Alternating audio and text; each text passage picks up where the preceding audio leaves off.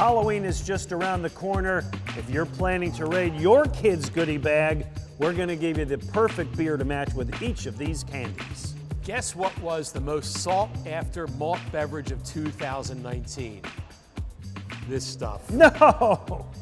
God, no, I hope that's not true. He's Joe Sixpack. I'm Glen Macnow from the Conshohocken Brewing Company, King of Prussia Tap Room. Welcome to What's Brewing.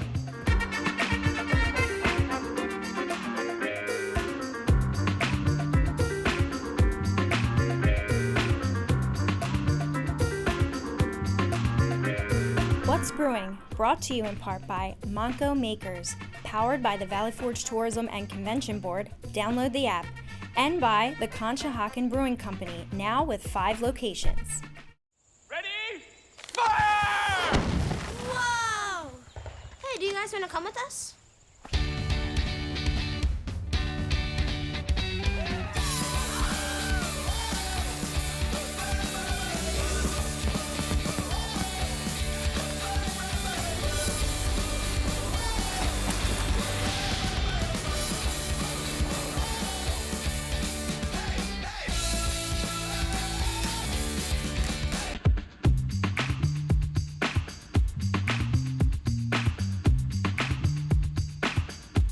Hey, welcome to What's Brewing from the Conshohocken Brewing Company, King of Prussia Tap Room. Noted beer authority Joe Sixpack. You can find him on Twitter at Beer Radar. I'm Glen Macnow. Find me on Twitter at Real Glen Macnow. Anyway, nice to see you again as we are into our 3rd season. Yeah, great to be back and love this place. Nice little crowd here this afternoon. Terrific day here, beautiful fall day. All right, wanted to begin today. Look, we spend a lot of time talking about very popular beers, IPAs, sours, things that have become very trendy. And I was thinking one beer I've always liked that just doesn't get any traction is amber ales. Yeah, amber ales used to be what craft brewing was all about. Back in the late 90s, early 2000s, everybody made an amber ale. It was the sort of the basic go-to beer.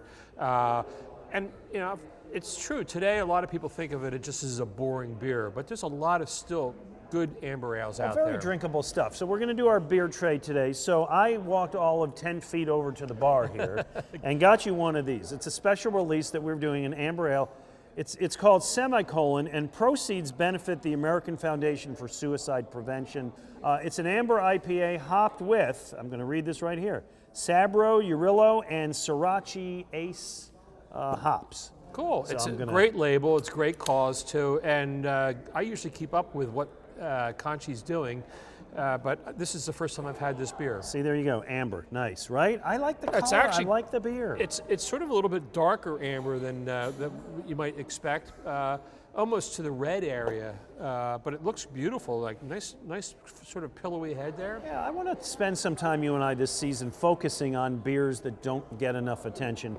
And I think this is one. Well, one thing is, last week we had Alan Gladish from Double Eagle Malt. See, this is really nice. And he brought malt for us to taste, and that's really what this beer is about. It's about the malt, and hopefully some of the other beers that we're going to be drinking this season accentuate the malt. So what did you bring me? So I brought another brewery that's well known for malt forward beers, Duck Rabbit. This is Duck Rabbit Amber Ale. This is actually one of their lighter beers because they're known for dark beers. They're in North Carolina, been around for a good while. I always loved their label. You notice. Is it a duck? Is it a rabbit? Exactly. I don't know. The more you drink, the more you less you know. the more you debate it. So this is their Amber Ale. Again, another basic beer. It's about pretty much this identical color as that Conchi. Yeah, very similar. So actually, yeah. You wouldn't be able to tell them apart. Here you go. Pretty clean looking, a little bit of cloudiness in there. Same kind of pillowy head. I like it. It's got a little more tang to it. Does that make sense? I mean, it's not a sour, but it's a little more. It's on the sour end of it. Yeah, a little bit, which is not unusual for some amber ales, I think. But don't love that one. A good beer. So all right, here's some a few other others that I picked up. I wanted to show you. This is Amber Ale by Bell's. Yeah, We Bell's. love Bell's. Exactly. Bell's makes great stuff. Love the Two Hearted. It's another brewery I love out of Cleveland. Great Lakes Brewing makes the Elliott Ness Amber Lager. That's a very nice one. And I brought this. So here's the deal. So this is an amber lager? Yeah, it says. That's what it says. All right. Okay. We've been drinking amber ales. All right, I got what I can. Well, here, this is why, but here's why. I went to the beer store, the one in Narberth, very good one next to the Greeks, right? And I said, I want amber ales. And the guy says, understand, they got walls of beer. And he says, yeah, we really don't have a lot of those. I'll give you what we got. Yeah. Nothing local except for ours right now. So he pulled out a lager. And he pulled out a Boston, Brooklyn lager, hoppy amber All lager. right, okay. So they're not ales, but they're amber. Let's open up one of these real quick, Glenn, just to see if we can taste the difference between an ale and a lager, that's both of them being amber. So you're saying that the craft beer revolution just kind of moved us away from this? They did. You'll notice this is a lot cleaner, clearer looking beer, too. Mm-hmm. Well, you know what? I like that, yeah. Rounder. This is maybe I prefer an amber lager to an amber ale. Well, I don't know. I like them, but I do like this. Yeah. This is good stuff. Any hope, Joe Sixpack, that this kind of stuff makes a bit of a comeback? I don't know. I think that everything goes in cycles. So we've had a lot of big hoppy beers. People have been pushing back a little bit on that. And so maybe we'll come back around to malt-forward beers and something that's a little bit easier to drink than like something that scrapes your tongue or a really high alcohol, just sort of a medium alcohol beer. So yeah, amber ale could make a comeback. Very drinkable. All right, real quickly, you got a little news nugget, the Brewers Association kind of economic report. Yeah, they do their economic impact report every year, and the numbers are astounding.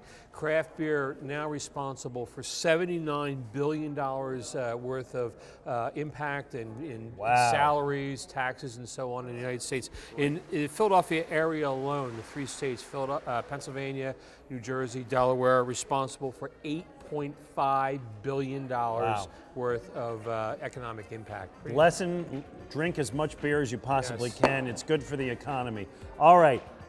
These are all my friends. I love all these. Good. Coming up, you're going to tell me what's been outselling everything, and this is an abomination. Stay tuned. You're going to hear it next here on What's Brewing.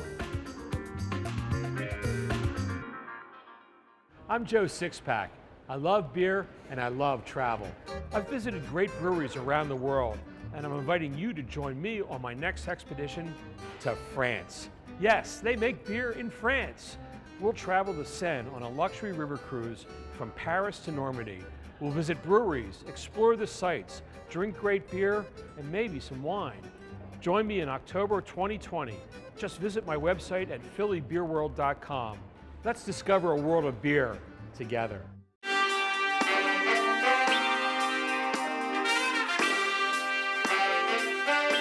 Welcome back to What's Brewing with Joe Sixpack. I'm Glen Macnow, Conshohocken Brewing Company, King of Prussia Tap Room. I'm enjoying a delicious amber ale. What do you got there? This is the unfiltered Pilsner.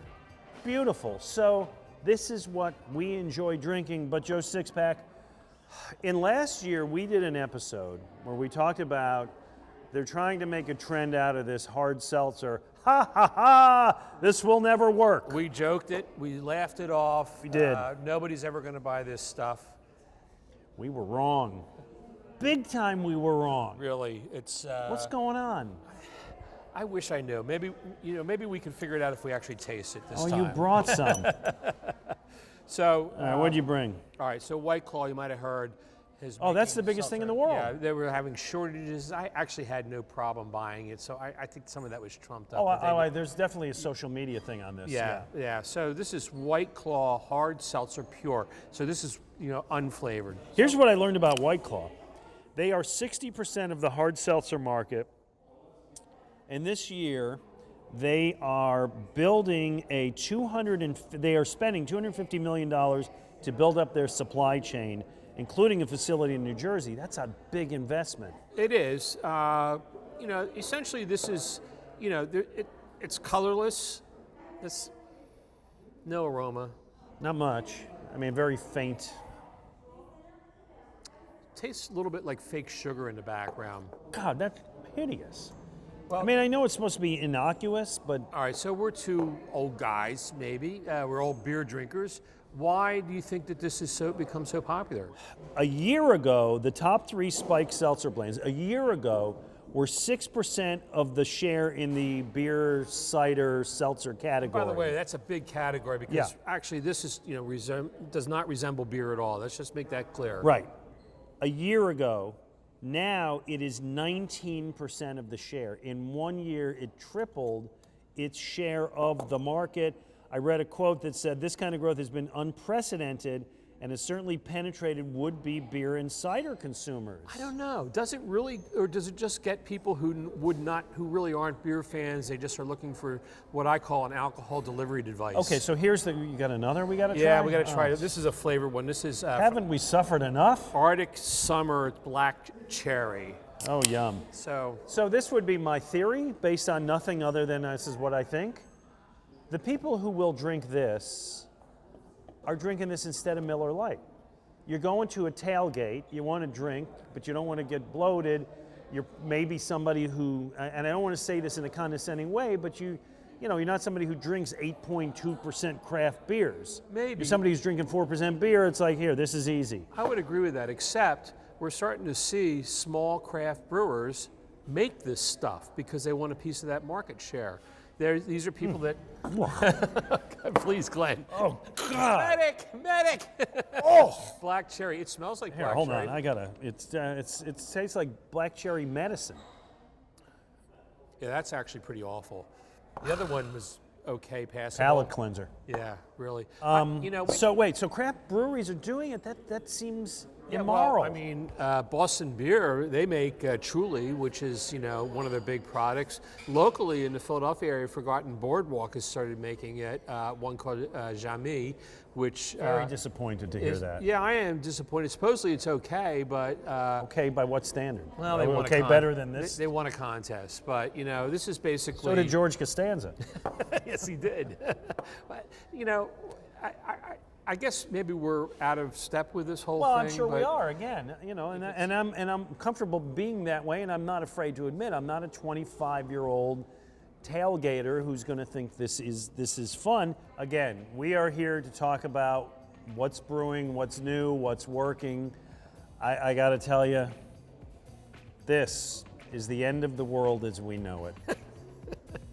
Get me a beer. Not happy with that. Well, guess what? Coming up, speaking of stuff for kids, coming up, we're going to visit Halloween and talk about the perfect beer to match with the candy that you steal from your kids. That's next from the Conshohocken Brewing Company, King of Prussia Tap Room, Joe Sixpack, Glen Macnow. What's brewing?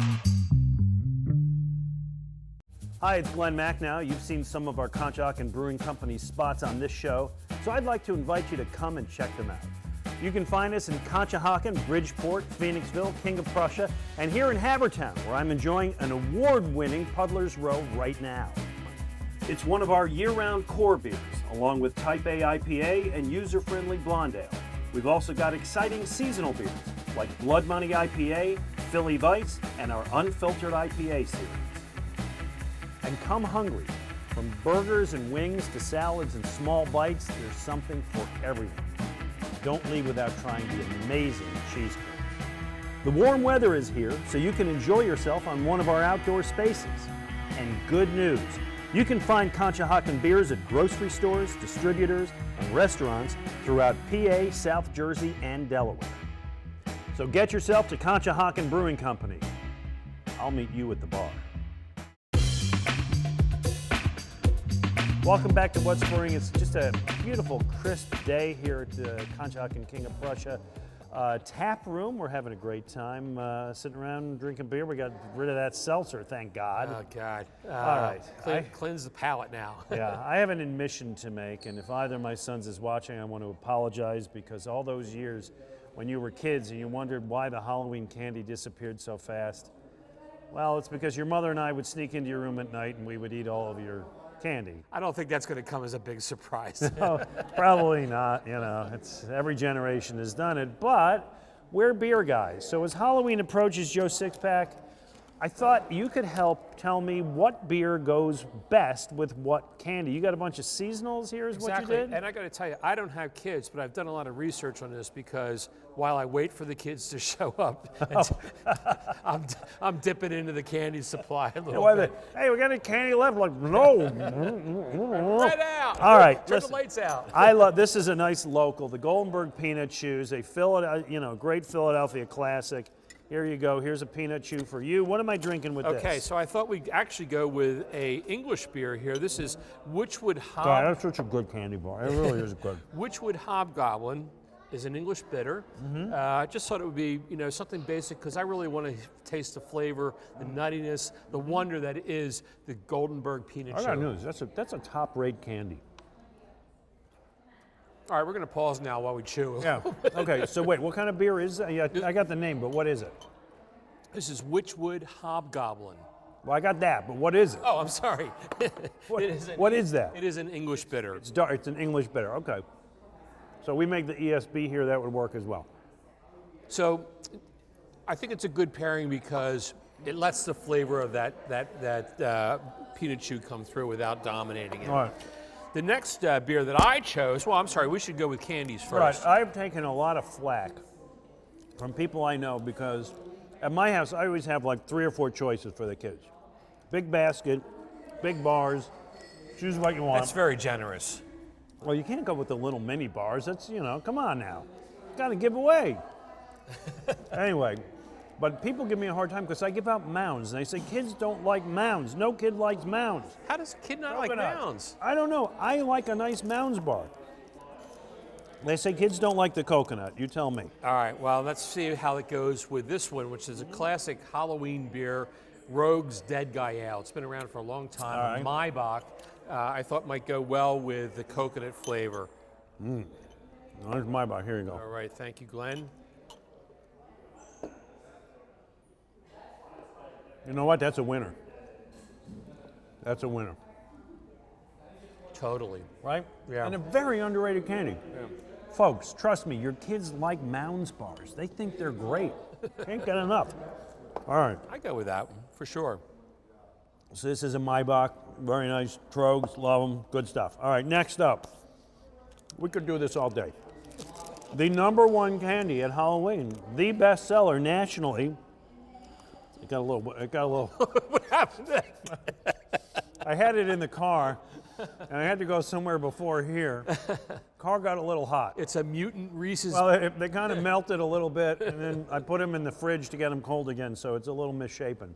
But it's a classic Reese's peanut butter Reese's cup. is, and that is the #1 candy. That's the at #1 Halloween? selling candy at Halloween, and for good reason. I guess, yeah. Well, I could understand it. So So take a whole one. I decided to go with one of Conchi's beers. This is Nightmare on Elm Street. Oh, Great yep. name because the brewery, your original brewery, is on Elm Street. East Elm Street. This is a pumpkin ale. And I actually told you, Glenn, I know that maybe you were astonished when I told you this, but the first year this came out, I thought it was the best pumpkin beer I tasted that year. Very nice of you to hear. A lot of competition in that market. Yeah. All right, so I'm going with the peanut butter cup and the pumpkin ale. Well, you know what? I could make a night of this. Right? I could do it. Oh, look at you. You got to dip this baby. Oh, that's a good idea. Yep, it works. All right, 2 more. God almighty, we are just eating and drinking here. They pay us to do this show. All right, let's do a little M&Ms. This is the #2 candy. On Halloween, everybody has had their share of M&Ms. I personally prefer the peanut M&Ms, but whatever. They now make mint ones and caramel ones and so on, but this is your classic M&M. I love M&Ms. Have some I'm a big M&Ms. fan of them. All right, you got a favorite color? Blues. Okay. Do they even exist anymore? Yeah, you got one right there. Oh, I do. There you go.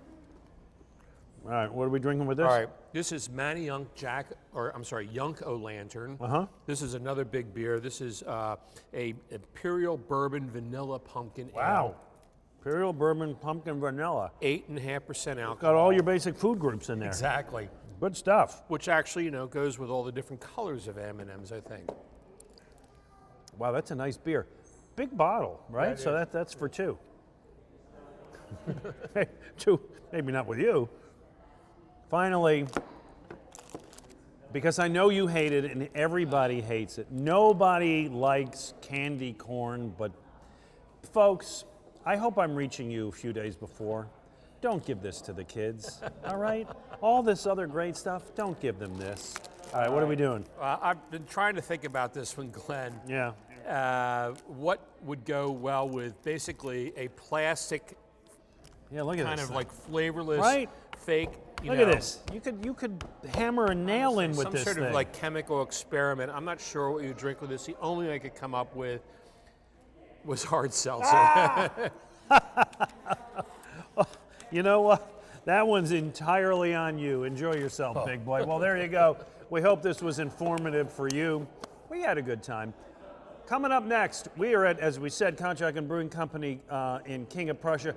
We're going to talk to a couple of people who really make this place sing and the Conshohocken Brewing Company beers. Next on What's Brewing. Ready? Fire! Whoa! Hey, do you guys want to come with us?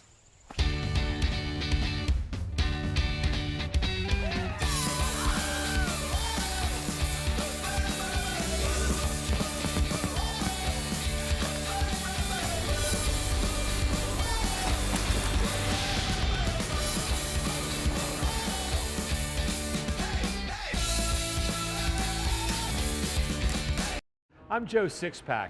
I love beer and I love travel. I've visited great breweries around the world, and I'm inviting you to join me on my next expedition to France. Yes, they make beer in France. We'll travel the Seine on a luxury river cruise from Paris to Normandy. We'll visit breweries, explore the sights, drink great beer, and maybe some wine. Join me in October 2020. Just visit my website at phillybeerworld.com. Let's discover a world of beer together.